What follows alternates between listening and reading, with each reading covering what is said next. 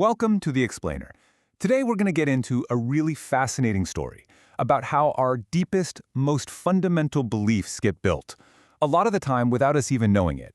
And more importantly, how we can start to take a look under the hood.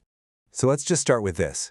This is a huge question. What if your mind is like a giant library, but all the most important books, the ones on the ground floor, were put there before you even knew how to read? Who put them there, and what do they say?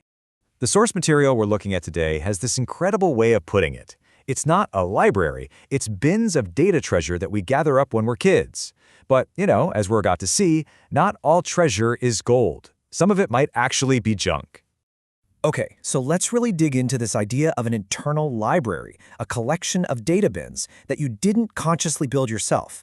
How in the world did it get there?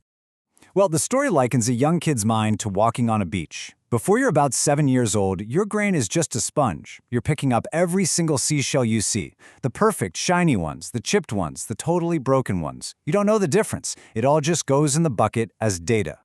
But then, something huge happens. It's like our brains get this massive system update around age 7. And this is when the great sorting finally begins.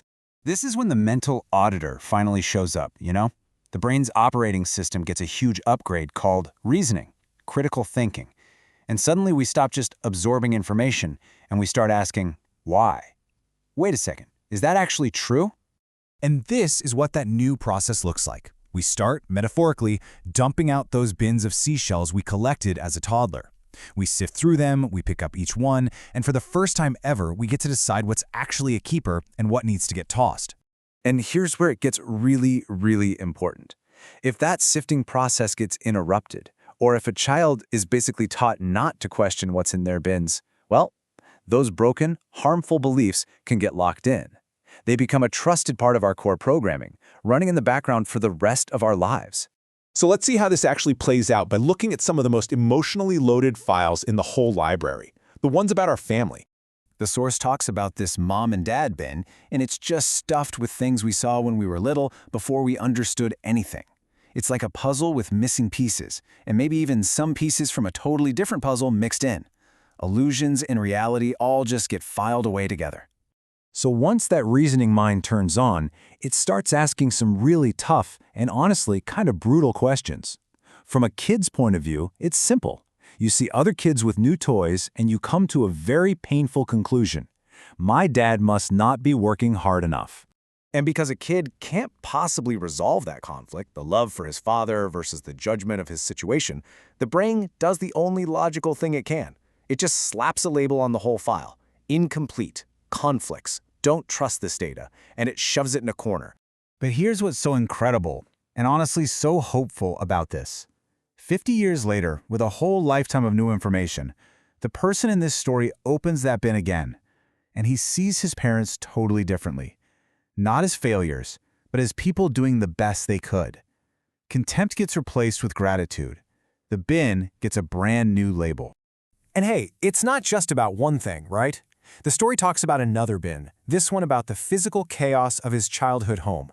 It was messy, cluttered, so the simple label his young mind came up with was sloppy, lazy mom and dad. But, and this is where it gets complicated, that same exact bin had totally conflicting data in it. Yeah, the house was a mess, but it was also a place of total freedom. Unlike his friend's clean, sterile homes, he could build forts and make a mess and just be a kid. So you have messy and fun stored in the very same place. And this, right here, points to something I think we can all relate to. Not all of these bins are easy to open. Some of them feel like they're welded shut, with a big sign on them that says, "Warning, highly explosive." So we leave them locked, and they just keep influencing us from the dark. Now let's switch gears and see how outside systems get in on this. Things like religion and school. They don't just give us data. They try to install entire programs into our bins, usually before our security filters are even working. In this story, the God bin was programmed early and often in Catholic school. It was basically like installing software on a computer with no firewall, no security questions, just hit accept on everything. All of it gets filed as a reliable fact. But then, that analytical mind comes online, and it starts to defrag that file. It runs diagnostics, and it starts finding all these contradictions in the code. Wait a minute. If God is all-forgiving, how can he punish me forever? The logic just starts to fall apart. And you know what the first domino to fall was? Santa Claus. Once his reasoning mind looked at the story of a magical being who judges you and gives you rewards, and reclassified it as a nonsense lie, well, the very similar logic being used for God started to seem pretty suspicious too. And this is a perfect example of how a problem in one file can corrupt the whole system. The fear of an angry, punishing Father God leaked out of the God bin and infected the trust bin. It created this brand new, overarching belief. Men in authority are dangerous. They can't be trusted.